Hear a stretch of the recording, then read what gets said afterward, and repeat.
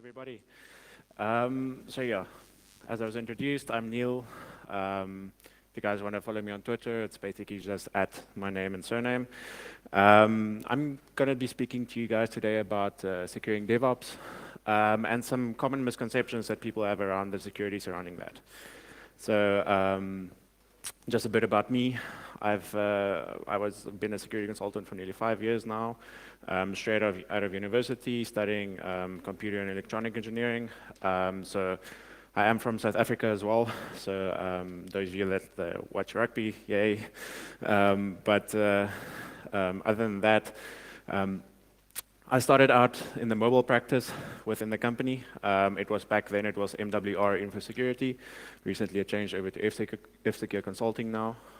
So back then started out as a mobile consultant, which allowed me to do the weird and wonderful things of everything else that is not a network and something that you plug into. So did a lot of stuff, got to root on POS devices, a lot of cool things happened. And yeah, it just like helped me grow, helped me think about more innovations, which eventually got me down the road of DevOps and how to secure it. Because as all of us know, it's a bit of a Wild West territory out there currently, where we don't really know. I would say it's almost on the same front as cloud and everything like that. So yeah, let's jump in it. So today I'm going to be speaking to you guys a bit about just laying some groundwork about what DevOps is, and then I'm going to just quickly jump into what the underlying technology is and how it can actually be a negative thing towards your business. But speaking about a model that we created surrounding that, and then just going into how we can solve that problem.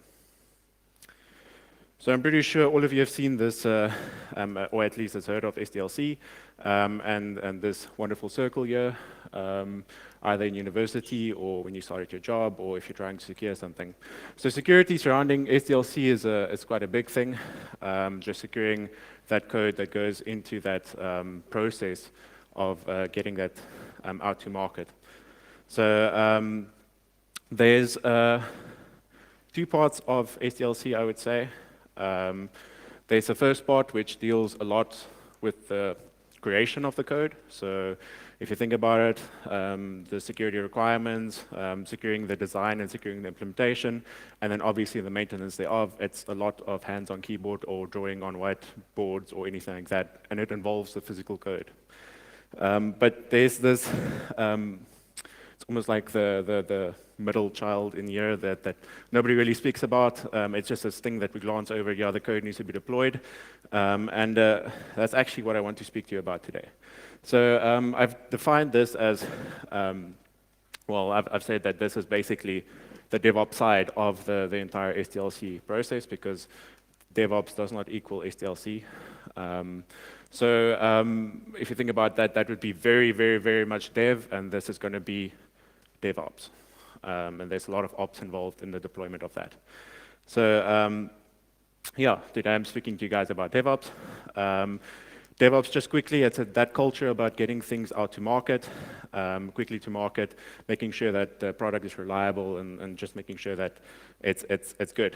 So it's that integration between the development team and the operation teams where they started making tech the focus of the business. So making tech the focus of the business, that everything is going digital, everything has a digital footprint, and that's what I mean by making tech the focus of the business. So that's what I have about DevOps. So let's see what the security professionals have about DevOps.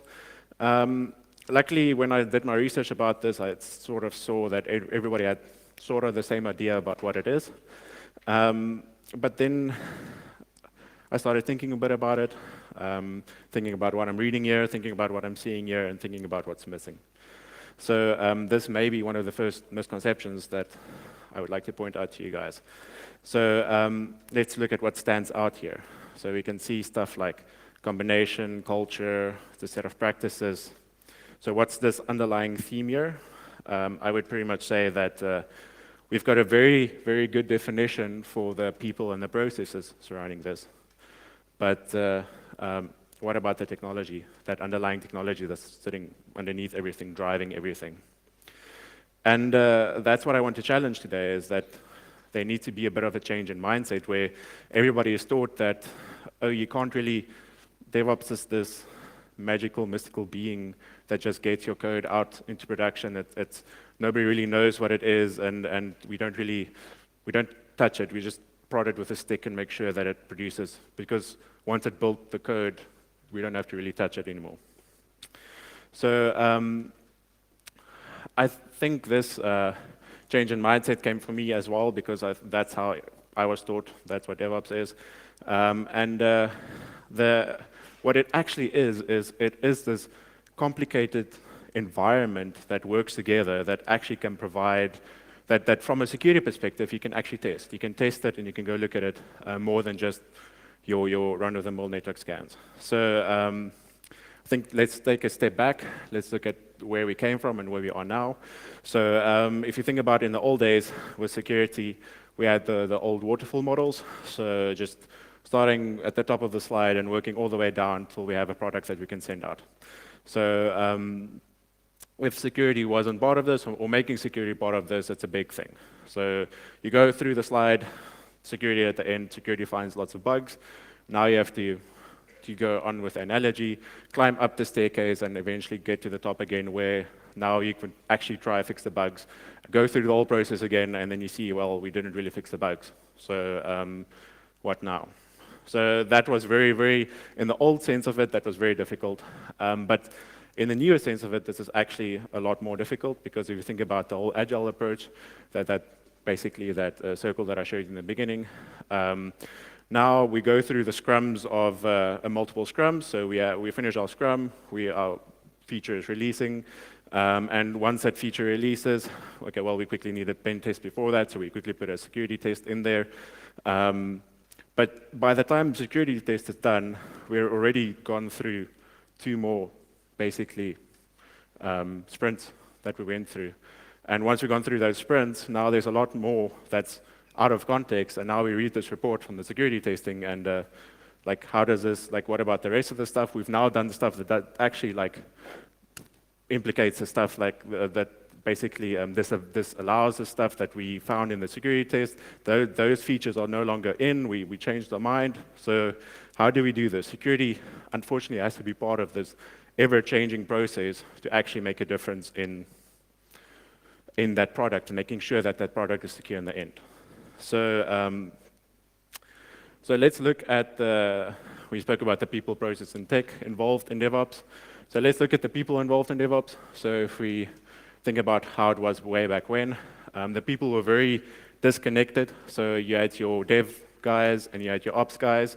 So there was this big disconnect between the guys, and that didn't really solve the problem. So then we started seeing, like, hey, there needs to be unity, and like we need that corporate synergy and making sure that everybody works together, and all the lovely motivational posters that we can see.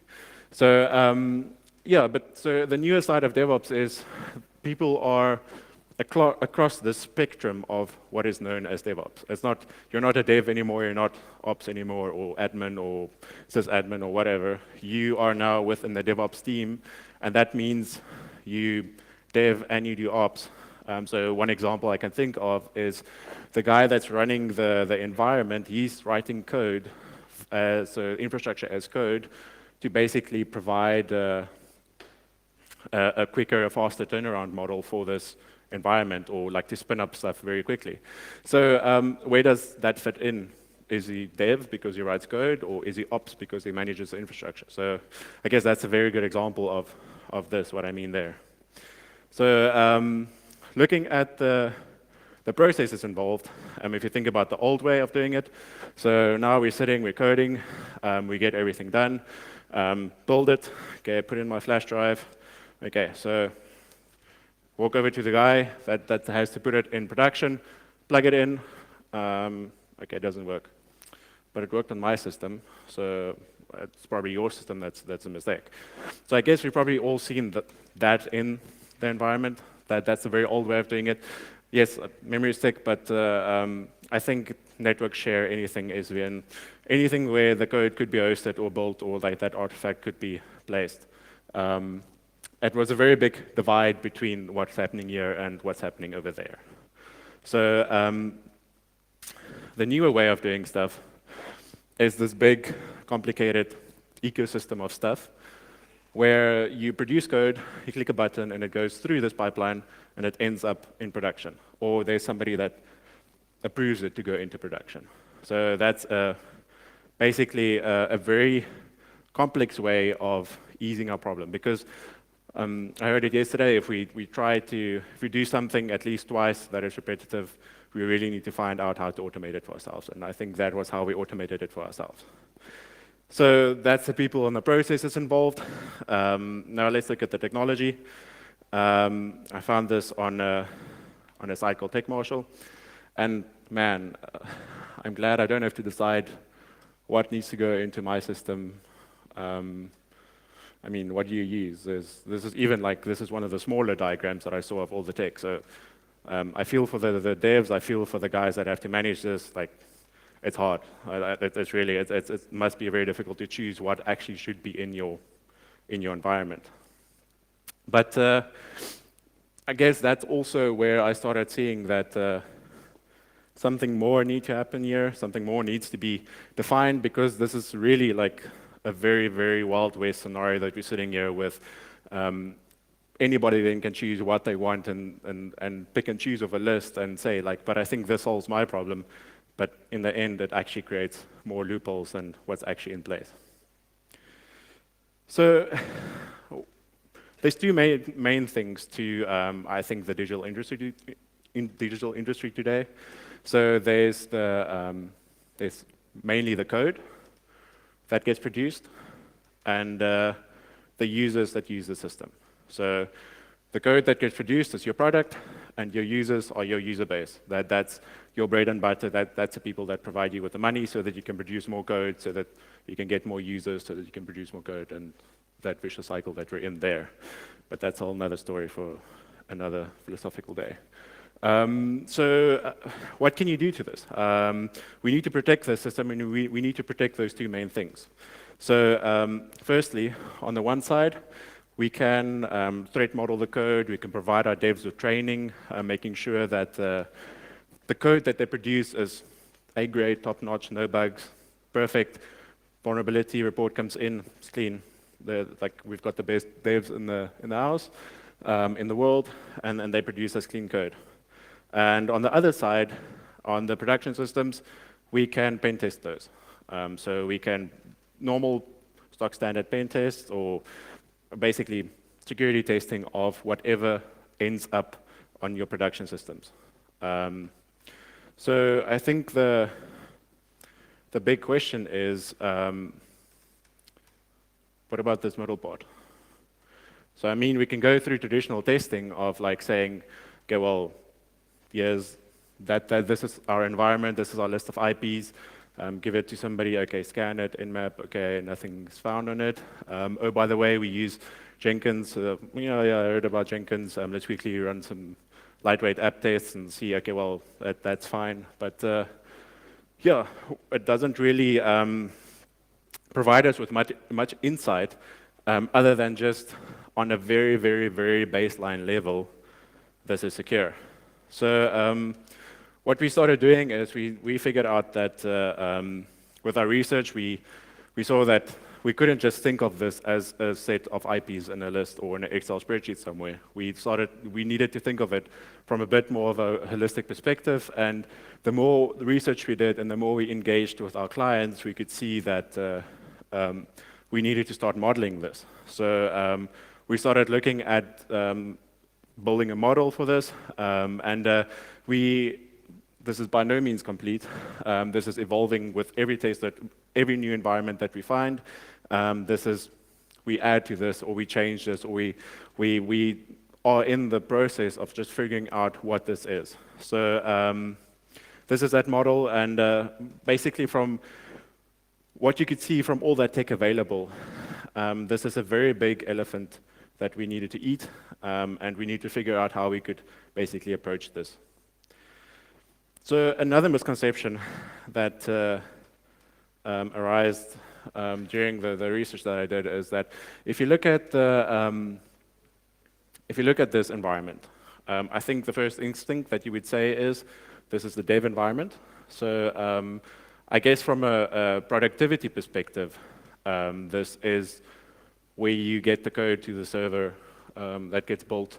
If this goes down, that doesn't affect that, it affects this. So as soon as I started thinking about this a bit more, I realized that from a security perspective, we can't really think about this like that. This environment is actually part of the production environment, because from a security perspective, if this gets compromised, it's a production application that gets compromised in the end. It's not, nothing is going to happen with the devs. They're still going to be able to produce code, but it's your production application, your users that are going to be basically vulnerable now because of this environment that got compromised. And unfortunately with DevOps, if something goes wrong, it's a case of all roads lead to production compromise, unfortunately. Because I mean, like, what would it mean if your application is an internet banking site, or if it's a highly valuable like SCADA system or something like that you're developing? What would happen then? Would your whole user base, people would start losing money? Or if your SCADA system is used in, say, like electricity production facility or something like that, that can cause a lot of damage or anything like that. That is what a production system is. And this is what happens when there's production compromise. You switch your lights off, go home, first phone in actually the incident response guys, but usually there's a lot of reputational damage that goes with that. So all is not lost. Let's walk through a couple of scenarios that I encountered with my journeys through with some of the clients that we have and some of our internal systems that we have. Let's start figuring out how we can use this model actually to provide us some insight into a methodology on testing this environment that we set here. So attack scenario 1, we've got a goal of extracting the secrets from the secret management system. So it's basically what the secret management system does is it creates this barrier between your developers and your production secrets. And production secrets by this is something like SSH keys or to servers or DB credentials or anything like that. So that's basically what your secrets are, and they're actually very valuable, and you don't really want your devs to have them. They actually only need to be owned by the people, or they only need to be known by a very few select individuals that are highly trusted within the company. So this also provides us a bit of a safeguard of devs not hard coding credentials within the source code, which is also another thing. So let's walk a bit through the scenario. So firstly, they used GitLab as their source code repository. They had public repositories on there, and they allowed users to sign up and register their own users. In its own, don't think it's bad. You want your devs to be able to, you don't want to have the additional overhead of somebody creating them accounts and somebody managing that. And yeah, so like your devs sign up, they create their own accounts, everything, it's fine. On its own, not a problem. So as your build agent, use that lovely tool called Jenkins. And it allows you basically to, what it just does is it allows you to orchestrate your building process, and through a bunch of build scripts, you can tell Jenkins what to do with your code, and it basically takes the building away from the dev. They can just press a button, it gets uploaded to Jenkins, and Jenkins builds that. So basically with Jenkins, what you want to do is you want to restrict the access to people, to those build scripts that the people actually have, because it's quite a valuable piece of information that you have there, and if you can control that, you can actually control the building environment. So if you can control the building environment, what if this is a shared building environment, and you're working on a marketware site, but the other people are working on internet banking? So now in the shared building environment, you now have basically, you have access to the internet banking site. Full-on access to that, just because it's that shared building environment. So on its own, some of the stuff that I mentioned, not really that big deal, but yeah, Jenkins sorry, I just forgot to mention something. Jenkins was also configured in this specific scenario there's something called build on merge. So as soon as you perform a merge request, it fires off a webhook to GitLab, which then pulls in code and builds code for that merge. So you would think, not a big deal, what can somebody do with that? So let's actually look at that attack path a bit more in depth. So anybody can register on GitLab. So that would mean that if an attacker could get access to the network, they would be able to register their own user and they could start reading your source code. But what that would also mean is they would be able to start performing merge requests on code that you have. So with the Jenkins having that lovely build script being sitting here in GitLab, that allows us to basically look at now having access to that build script. You perform a merge request, Jenkins builds on that merge request, and you upload a reverse shell to the build server, and that basically gives you access to anything that happens post that, and that would actually give you access as that gets pulled into the system, the secrets get pulled into the system. During the build process, you now have access to the secrets post-build, actually, and from that build agent perspective. So that basically allowed us to just start looking at this from a bit more of a holistic perspective. If we take a step back, we can now start basically forming out there's a lot of stuff that actually, when they work together, that causes a lot of problems. So that was the first attack scenario. So let's look at another attack scenario, something that I found at one of the clients. The goal is to get code running in production. So I guess that would be a big goal for a lot of attackers. So let's quickly walk into that. So they were using the Atlassian stack. So that means it's Bitbucket, Bamboo, Jira, all that. So yeah, they used Bitbucket as their code repo. Once again, allowed anonymous read, and they allowed anybody to sign up. I guess that's a big problem that a lot of people have, is managing the user base. So it's something that I see quite a lot. So they allow sign up, and obviously they use Bamboo. So Bamboo is the CI infrastructure that they use. So what this company had is they had some old servers lying around. So they said, the one team that I worked with, that was a mobile application development team. So obviously mobile apps require a bit of a different building environment than the normal app. So it couldn't happen within the shared building space because downloading the dependencies every time would just be too costly. So they set up their own local build agent that connects to Bamboo. In the beginning it was fine, but after a while I noticed that these guys are not managing this anymore. So basically running apt update, upgrade took too much, and it caused too many troubles for them so that they just left it there unattended, sitting there next to them. Yeah, that was quite a bit of a big problem because now you've got outdated software running on this build server. And as we saw in the previous example, the build server is actually quite important to this. So it's unmanaged, so it's just a box sitting there, and anybody can walk up, plug in a flash drive, and they have access to this box. So now they have access to the build agent as well.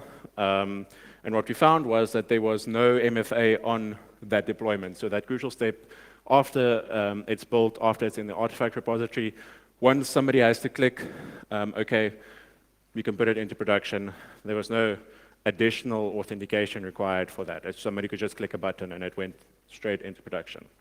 And I guess it's very easy to see the attack path here because, I mean, you could just register a user again, or you could walk up to the build agent and you could plug in and you could get access to that. Because, I mean, physical access and physical security is not up to standard in a lot of places, and that is a big problem. And if somebody really wants to target this, they can get in and they can attack it via that. So again, taking a step back, we start looking at it, and now we start seeing, hey, there's like stuff that we can define here about what's going on. So like these are new stuff that we see. These aren't your traditional vulnerabilities that you see, but these are stuff that happens across multiple organizations, and we can use this definition to now see and say like, hey, these vulnerabilities that we found, we can now start looking for that and work that into our methodology that we found. Because if you think about it, on the one side, we've got the OWASP top 10. Developers can use that. Let's say it's web devs. There's other platforms as well that provides some insight into what's happening in security. So let's say it's a web application. They can use the OWASP top 10 to measure themselves against what's happening here. And on the other side, the guys that are managing the network can use something like the SANS Top 20 to say like, hey, these are the things that we need to watch out for. These are the things that's available. But in this middle seg, there's not really anything. There's nothing that people that have to define this network that they can use as reference to actually figure out what is this that we have to be worried about. Because once we define this infrastructure, even if we do it as code, what are the best practices? What are the stuff that we have to look out for? And I'm not proposing that there should be a top 10, but I think if we work together as a community, we can start defining what the top 10 should be in this environment, because this environment is a very important environment in the ecosystems of today's digital space. So now we walk away and we say, okay, well, that's all good and fine. My DevOps environment is isolated. There's stuff that it's put in protection. It's not internet exposed. It's closely monitored. Everything is fine. So then you say, okay, cool, let's look at the threats that surround this. So externally into this environment, that's external attacks. I'm sure everybody's familiar with that. Just attacking the application or the server or anything, trying to get into this from an external perspective. Nothing new. So now the attacker is in, trying to attack this via AD or something like that. They successfully fished in. Now they want to attack this via Active Directory. Again, very well-defined attacks. It's not really new. Application, so like I said, let's quickly do a quick scan of this environment. Let's quickly look at an application. Each one of these are probably going to be looked at individually. You're not going to look at it holistically. So everything is fine. We configured everything properly. Everything is a clean bill of health. So now we've got all this attack vectors that we've said, okay, well, they don't really mean anything because we're secure. But I beg to differ in that sense, as one of the easiest way to get in these days is actually via the devs that are sitting and coding in the environment. So what if you have to actually ask yourself, you can't be saying that nothing ever will go wrong. So I think, what if something does go wrong? I think it's a very big word in the industry. BYOD. Sorry, I just want to I don't know if I have to do something before I say that. It's a very sensitive topic that's currently basically in the industry that we're seeing is there are BYOD policies. Bring your own device. And from a dev perspective, that's great. You can bring your own device. It's oftentimes a lot stronger than what the company can provide you, which means you can be more efficient. It's a win-win. But unfortunately, that also increases the attack surface, because if you think about it, at the end of the day, you're closing that laptop and you're taking it home with you. And it usually doesn't have the same machine hardening controls as the rest of the company. I feel for both sides here. I feel for devs because you really don't want to be stifled and you don't want to be controlled in that sense where you have to work on this very unpowerful machine and you have to now produce code and there's a lot of demands, there's a lot of pressure. And I know BYOD makes sense if the company doesn't have to pay for that then from a business perspective. From a business perspective, your devs are producing more code, they're producing it faster, which is great. So like I said, attack surface is bigger, and I think this is up to the devs as well. If a company provides you free EDR software, that's not because they want to spy on you. And if they are spying on you, I think you should find another place to work, because that's not how companies should actually do that. So that's mainly for their protection. Just remember that you are working in that company as well, and just be mindful of what you're doing as a developer on your machines at night. Because you probably just gonna, whatever, after watching a movie that night on the laptop or something like that, or playing a game, the next day you're gonna open it up, you're gonna plug into the network, and you're gonna carry on coding on, let's say you work on an internet banking site or something like that. That means that's quite a high valuable target, and you're starting to paint a very big target on yourself as a dev if you start doing that, and if you're not careful about how you're doing that. So if you compromise a dev's machine, you're probably compromising more than just that, because now you have an entry point into this entire network, and you can actually initiate processes yourself now, and you don't even have to bypass processes. You can just initiate the normal processes. So yeah, I don't think all is lost. The key thing that I want to just point out is that you need to build resiliency into those systems. And with resiliency, I mean that you need to anticipate the attacks. Anticipate that an attack is probably going to happen if it hasn't happened already. And with that anticipation, make sure that it doesn't only require a single dev machine to knock over your entire business, or knock over the entire process that you've worked so hard and spent a lot of money to put into place. Because normally, if they do that, it's not going to trigger EDR, if it's not going to trigger any malicious things, because if an attacker attacks a DevOps system through a dev machine, it's going to look like a normal run-of-the-mill day, and you're probably never even going to know where it came from. So I know in the financial sector, in auditing, there's a big thing called the 4 eyes principle. You can even go to the 6 eyes principle, where you need to have 4 eyes at least touching that piece of code that goes through. So that would say that the guy that approves the code going into the build process shouldn't be the same guy that approves it at the end going into production. So that should be a separation between that functions within the system. So those are 2 examples that I used. There's a lot of other places where the 4 or 6 eye principles could also apply on this pipeline and should actually be in place.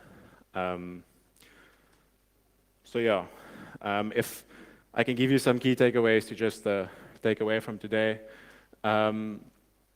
there's 3 things that I really feel that are common misconceptions and that could cause problems within the environment. It's overcoming the mindset that DevOps is just an ideology.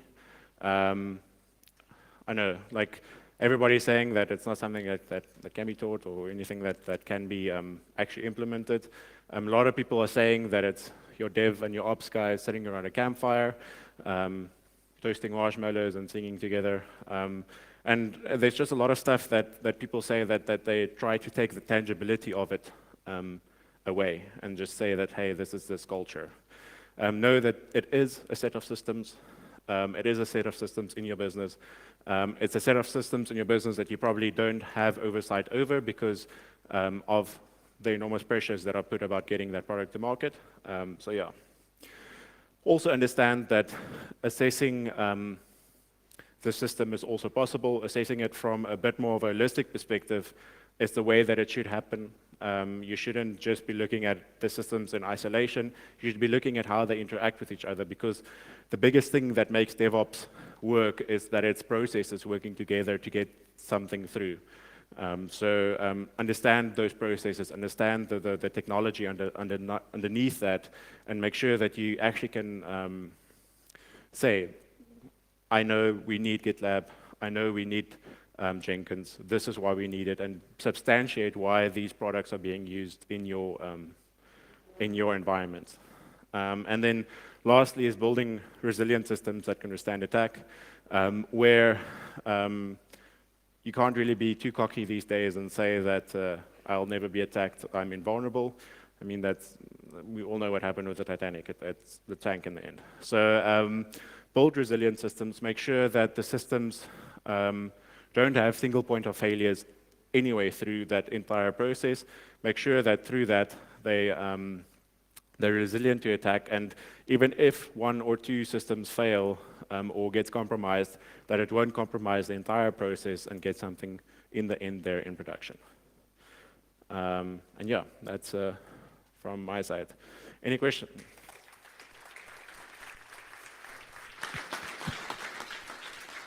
Thank you. Are there any questions? In your opinion, do you think if we were to separate or remove automation from one or the other, either coding or the ops? I come from an ops background. I hate the idea of using something like Jenkins and give it to developer because they don't know what's going to happen. Is that a safer alternative, or is that unavoidable in the near future? So just to understand correctly, you say the separation of responsibilities, or? No, just automation. So instead of using yeah. automation on both, use one or the other. Yeah. So automation plays a big part on it, but the automation also needs to happen securely. That it can't just be click a button and it goes all the way through. So there needs to be that principle of 4 eyes that I explained. That there needs to be. So yes, it can be clicked, can go through all the processes, can go through all the security checks and everything like that. And at the end, before, rather use, I think it's a continuous delivery model, not a continuous deployment model, where it needs that approval before it goes out. So dev or testing environments, sure, push that directly in. They can click a button, it builds in. But for the high valuable environments such as production, there needs to be some form of just process or something, a control in place that would separate that. But automation it needs to. A lot of the problems happen is where there's no automation. It's people manually doing stuff. Thank you. Next question over there. Great presentation, thank you. And I was looking at one slide where you had threat modeling mentioned, and looking also at the complexity of the middle layer of all the many tools that we have in development groups nowadays. Could a solution be to require, as part of the threat model, to have a dedicated section where we do a threat modeling for the development environment itself? Yeah, so that is definitely needed. So all the attack scenarios and everything that I found is where we did a dedicated, it's almost a mix of threat modeling and attack path mapping in a very deep dive in this environment and just figuring out what are all the risks of these things if they work together. And we started mapping out the attack paths, and through that we could start defining some of the common vulnerabilities that we found between systems and between people that we did this for. So definitely a threat model of that middle system is definitely needed. And I would say that even if it's already implemented, it should. I'm even thinking this could become like a OWASP project to have a standard library, because there are many systems, but they are pretty common. Could be like a project to have a public library with standard threat models for such tools. Yeah, I would also say that. It's kind of related with an LDAP would be appropriate to implement in this pipeline. LDAP authentication with single sign-on and MFA. Sorry, just repeat the beginning part. LDAP technology. Yeah. With single sign-on and even with MFA. So you can use your LDAP craze as well for this. But it's suitable. Yeah, it's suitable. Okay. You can use that. A lot of the tools these days have, they should. Otherwise, they're not very useful. They should have LDAP integration in there. Okay, let's take another question. Hey, I'm really great. It's cool to see the DevOps department and take security really in consideration and build all this model. I'm wondering, in your model, where do you put the code analysis from the security perspective, like static code analysis or dynamics code analysis, and if you have that in your pipeline? Yeah, so the pipeline is a bit generic, so it fell underneath the testing space there. So if you look at that, testing came into the continuous integration side of that, and static and dynamic code analysis is very important in that. However, You need to know what you're looking for, though. That needs to be properly set up and properly configured, because if you're just testing for the default configurations of that static analysis or the dynamic analysis, you're probably not going to find the actual problems. And I know it's a very big retroactive thing again, where devs find the problems and then they they add that to the test cases. Find the problems, add that to the test cases. Whereas it really needs, in that threat model that occurs, you need to think about the threats, think about what could possibly occur. Because if you think, say you're hosting a web application, you need to think about the OWASP top 10 and how to incorporate that into the static or the dynamic code analysis part of that. And make sure that you protect against injection attacks. Make sure that you protect against basically file traversaries, directory access, anything like that. Make sure you have test cases in there that specifically look for that. So yes, it's definitely part of that. It's definitely part of the model, and it's definitely part of something that should be in there. Thank you. Any more questions? Can we take some on that side? Yeah. Hi, really nice presentation. I really enjoyed it, and especially the point about DevOps is more than just an ideology, because people try to reduce it a bit to DevOps is just a mindset, the tools are not that important, but you put a really good point on that. Now, to my question, traditionally security, and at least in my organization, is a separate department, a separate team, and kind of like the gatekeepers of security before you go to production. But recently I've even heard the term of DevSecOps, and somewhat like you say in your presentation, in the middle something needs to happen. Do you think we're supposed to kind of learn a bit of everything, so dev, operation, security, and kind of become some generalists, like the current trend with unified engineering, or security should still be somewhat standalone and specialized? So I'm going to answer that question from both ways. So from the security perspective, you definitely need to know what's happening in your developer's environment, and you need to know what's happening, why are they doing what they're doing, because that's a big part of why we do what we do. You need to know why are they cutting corners like this, why is this happening, and if you can figure out that, then you can figure out the root cause of what's going on. So you need to understand what the devs are doing, and from a security perspective, you need to understand what they are building specifically on that project that they're on, and what are the risks involved with that.